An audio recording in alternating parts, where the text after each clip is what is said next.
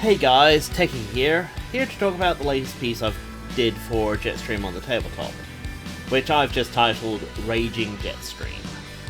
And, well, this piece was done up to be kind of a reminder as to what happened last time, on top of everything else, and also just so we would have a nice picture. I figured if I'm not introducing a new character, I should just do some sort of scene. So, either way.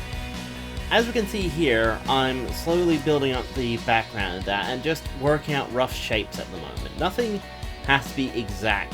And then I start, plotting out Jetstream, working out where roughly she should go and that. Oh, yes, and the typical ref drop to make sure that, got, the wings are right, the hands are right, everything's right. Because, found out a bit later that, I gave Raging, Berserker Jetstream, that she doesn't have hands, so, it did kind of change some of the hand gestures I was planning on her having, but hey, I think it still worked out in the end. Now, some amongst you might sit there and go, this scene looks a bit different. It's because when you draw, you should plan a bigger scene than you're actually gonna show, just so you can move things around in it. And slowly I'm doing a bit of refining, a bit of clearing up. Actually, something you guys might be able to notice, maybe in previous videos, didn't really do it that much here because I had a tight deadline. Sometimes I'll fade out a layer and then I'll make a new layer on top of it and merge the two layers together. This creates the effect of the previous layer, well, creating a layer that has like a more faded version of the sketch. So I can build up another sketch on top and just slowly refine a bit more. Now you can see here what I meant by, make a scene bigger than what you need. Because right there, I zoomed in to the part that I wanted to be able to show. Having Jetstream, front and center, the biggest scene, biggest thing on screen. And now we're just gonna go through, refine some of the details I might have missed, and as said, that day I was working against a very tight deadline. I only had about 4 hours to do this image from scratch.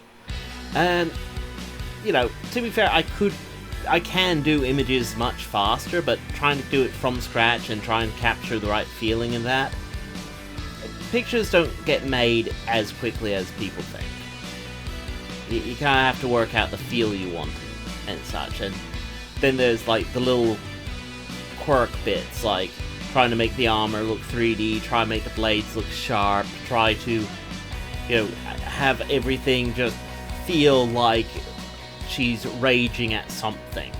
You also have to kind of work out the balancing act that a lot of people tend to ignore. Either people don't ink enough, or they ink too much, and trust me, I fell into the too much category way too hard. Like, I would do things like individual chain links and such, and, well, the problem is it's really good if it's something up close, but something far away, you can often get away with, like, a little bit of texture work. Like, I planned on doing the microphone, inking it, but then I realized, no, I don't have enough time. I'll just deal with it with a fishnet texture. We're slowly getting there. I think this was roughly 1 hour in, like, I really was tight on time. The background was probably the part that took the longest because I really wanted to capture a particular feel. And you'll probably hear me say that a lot when I describe doing a scene, capturing the feel of a scene. You can see here, this is actually a new shading technique I've been messing around with, using gradients and the select tool to kind of put deeper shadows where they should go. It's not perfected or anything, I'm still messing around with it. You can kind of see that it does, try to give Jetstream a little bit more depth. And now I'm doing my typical carve back shading. I carve away the shading layer is just easier on my wrists and easier for me to visualize. And of course coloring, not really much to talk about. I grab a sample color, I drop it in. You know, the main thing is color Jetstream. Get the shines in because she's meant to be metallic, so you know, hit up the spots that need to be hard with hard highlights and the parts that can be soft with soft highlights. I also selected around Jetstream herself and added a bit of an outline to her to make her stand out from her wings a bit so they don't look like they're on the same plane. It was just something to just try and make her stand out a bit more. This effect with the flame aura is done with something called binary color, or binary pen, and the airbrush. I found that if you use the airbrush and then switch the layer effect to binary, it creates this sort of weird effect that, you know, if you study it a bit, you can kind of manipulate it and come up with these interesting patterns. So of course, there we have Jetstream. She's now on fire and looking very nice, actually.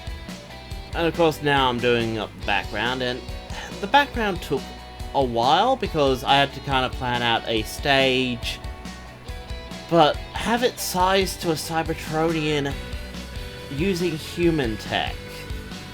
And I know that sounds weird, but it means that you're working with a weird scale. Because as you can see here, I'm using gradients to start putting in the textures. I like using a lot of dark gradients to push the eye towards particular places. Yep, and the people, the silhouettes. These were more rushed than I would like, but I think they still kind of work. Yeah, because obviously Jetstream is meant to be the main focus. These silhouettes are meant to be, you know, look like people, but not actually be people. Because, you know, as you can imagine, I drew a lot of inspiration from heavy metal, so yeah. And now just doing a bit of lighting experiment, coating Jetstream in a bit of firelight, which is a very warm light. Looking her over, just checking what I've missed, what I haven't, adding embers to the air. Decided that she needed a bit of smoke to kind of border the image. And sadly enough, the last part of this recording got a bit corrupt. But to be fair, you lose out on like the last 5 minutes of a 3-hour recording. It's not much. But yeah, so yeah, this is Raging Jetstream. If you have any questions, do ask me. I don't mind going into more details, or maybe doing like a standalone video focusing on particular things I do. I don't mind. I really don't. And well, with that, I've been Techie, you've been fantastic, and I'll see you next time. And remember everybody, like and subscribe for more content. And once again, remember, by controlling the web, I control the world.